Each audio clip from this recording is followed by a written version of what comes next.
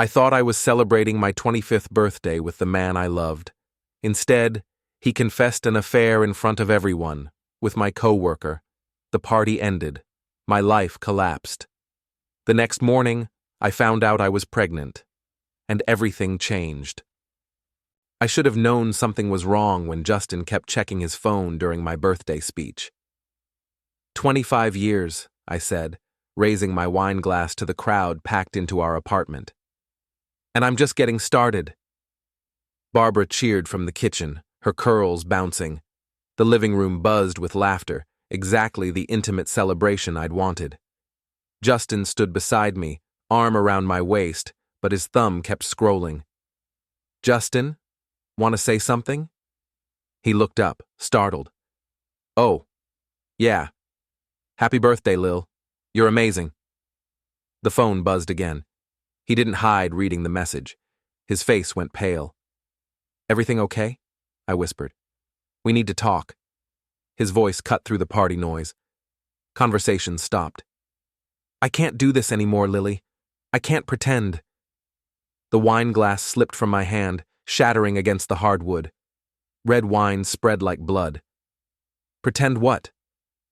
That I love you the way you deserve. I've been seeing Maria. For 3 months. Maria.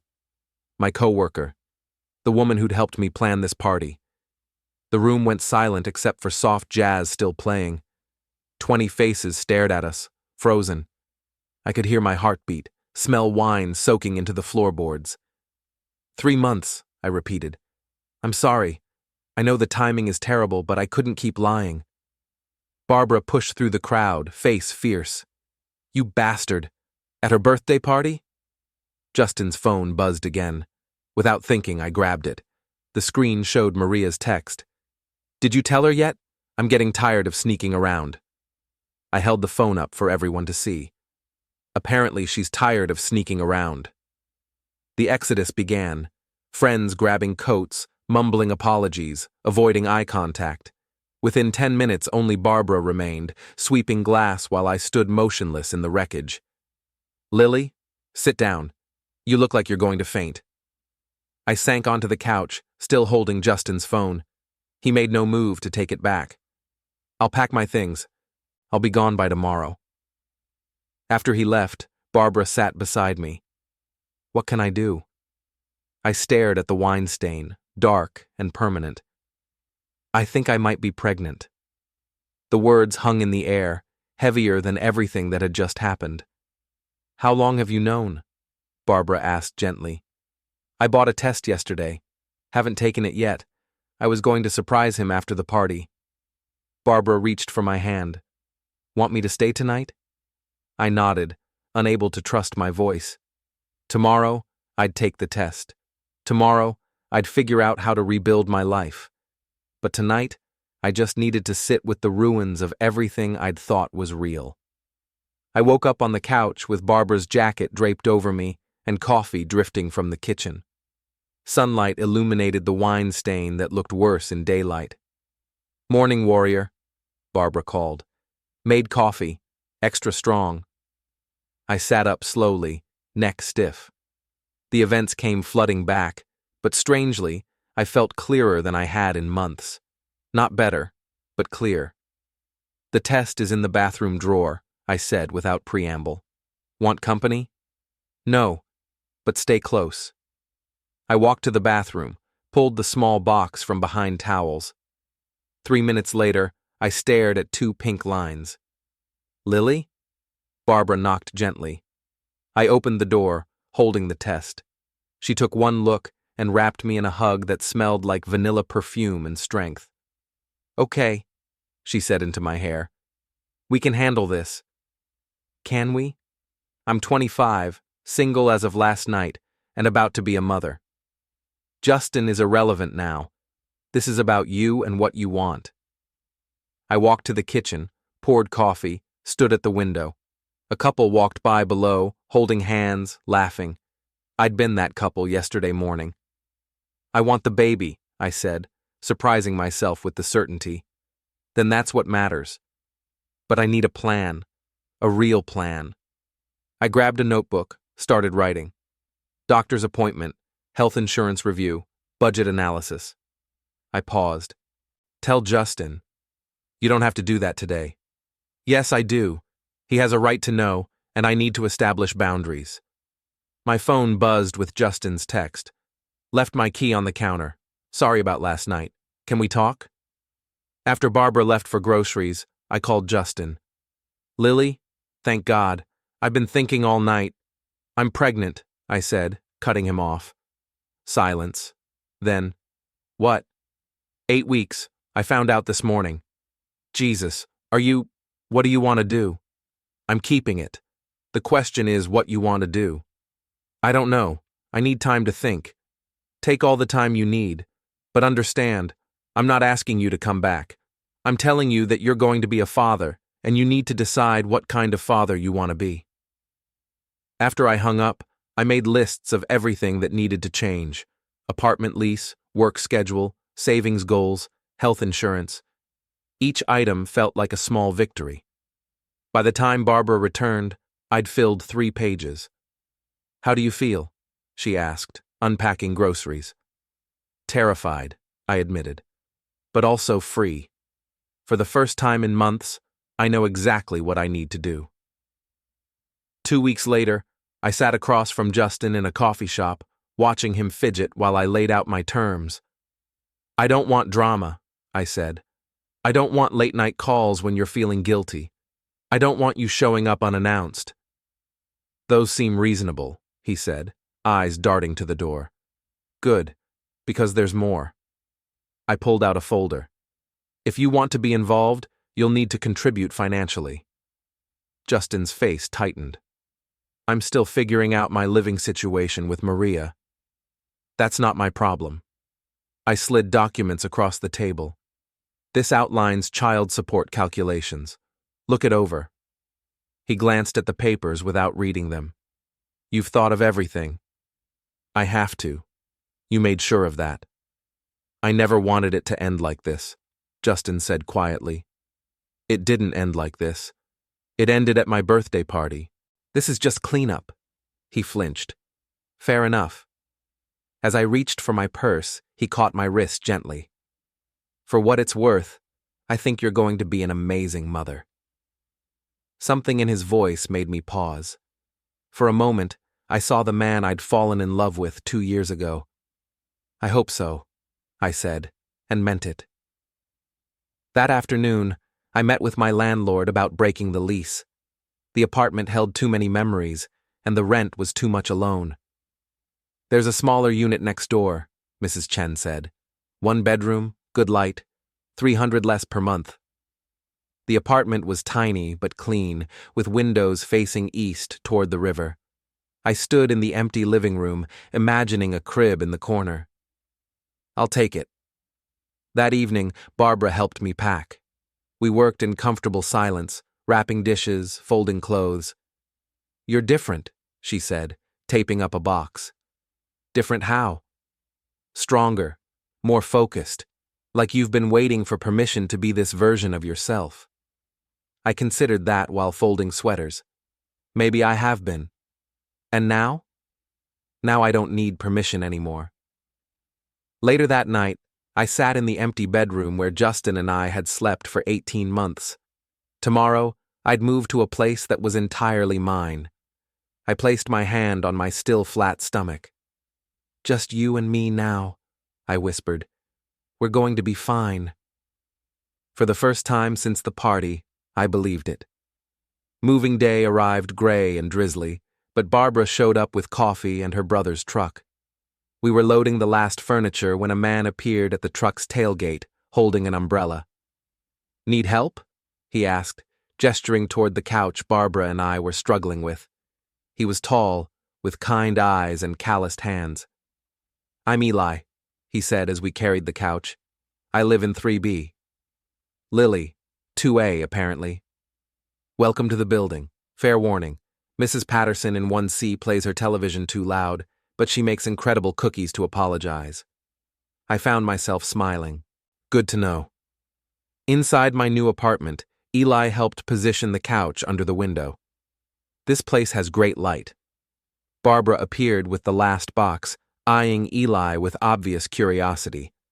I'm Barbara, Lily's friend and self-appointed guardian. Nice to meet you. Eli's smile was easy. I should let you get settled, but if you need anything, coffee shop recommendations, whatever, I'm usually home in the evenings. After he left, Barbara raised an eyebrow. Well, that was interesting. It was neighborly. It was flirting. I'm pregnant and recently single. I'm not looking for anything. Maybe not. But he was definitely looking at you. By evening, the apartment felt like home in a way the old place never had. Around 8, someone knocked. I opened it to find Eli holding a covered dish.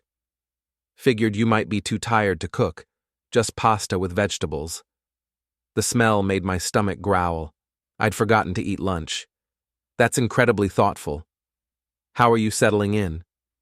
Better than expected. Want to come in? He hesitated. I don't want to intrude. You brought food. That makes you a hero. He laughed and stepped inside. What do you do, Eli? I'm a carpenter, mostly custom furniture, some renovation work. He gestured toward my bookshelf. That's a beautiful piece. It was my grandmother's. We ate in comfortable silence, rain pattering against windows. It felt strange having a man in my space again, but not uncomfortable. Different from Justin, lighter somehow. Can I ask you something? Eli said. Sure. Are you running from something or towards something? The question caught me off guard. What makes you ask that? You seem like someone who makes deliberate choices. I considered seriously. Both, I think. Running from who I was when I let someone else make decisions.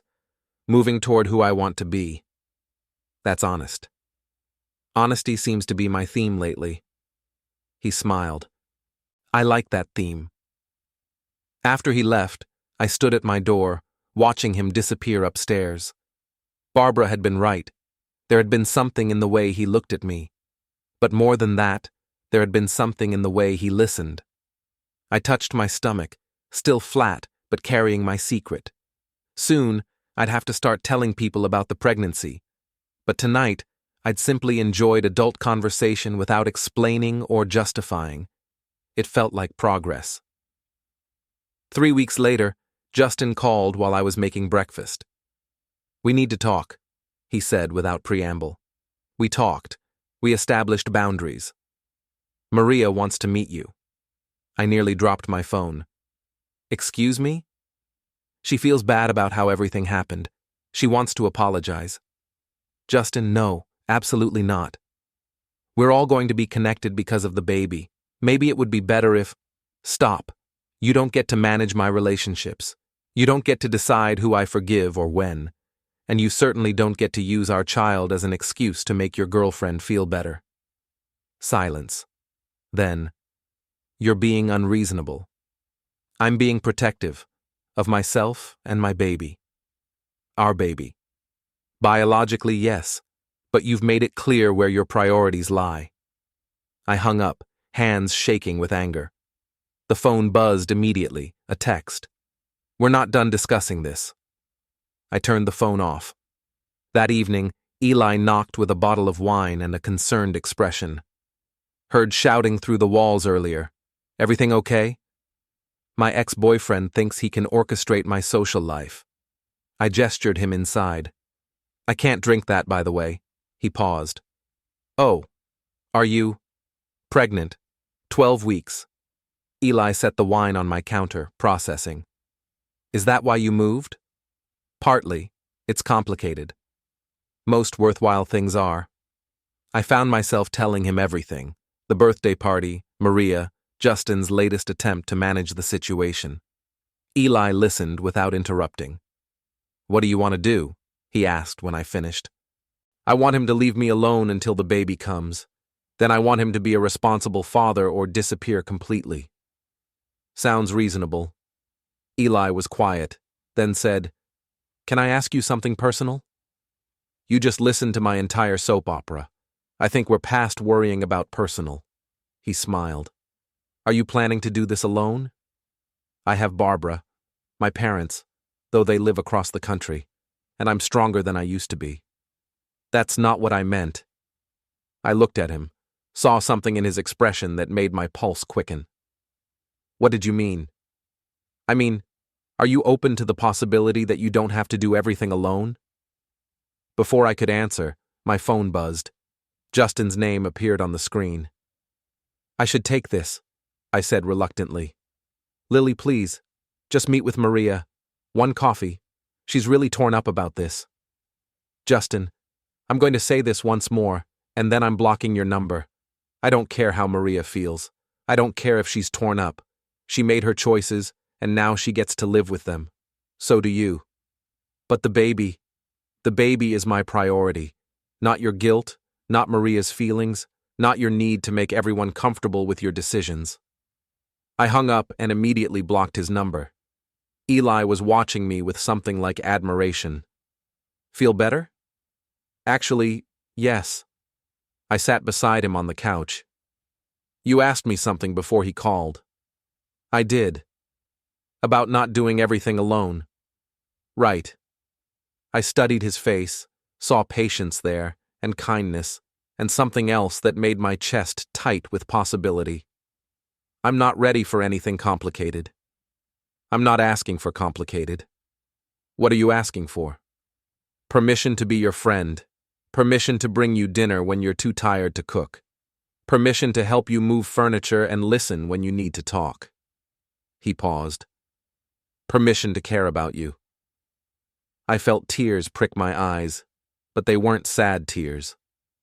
I think I can manage that. Good, he said softly, because I was hoping you'd say yes.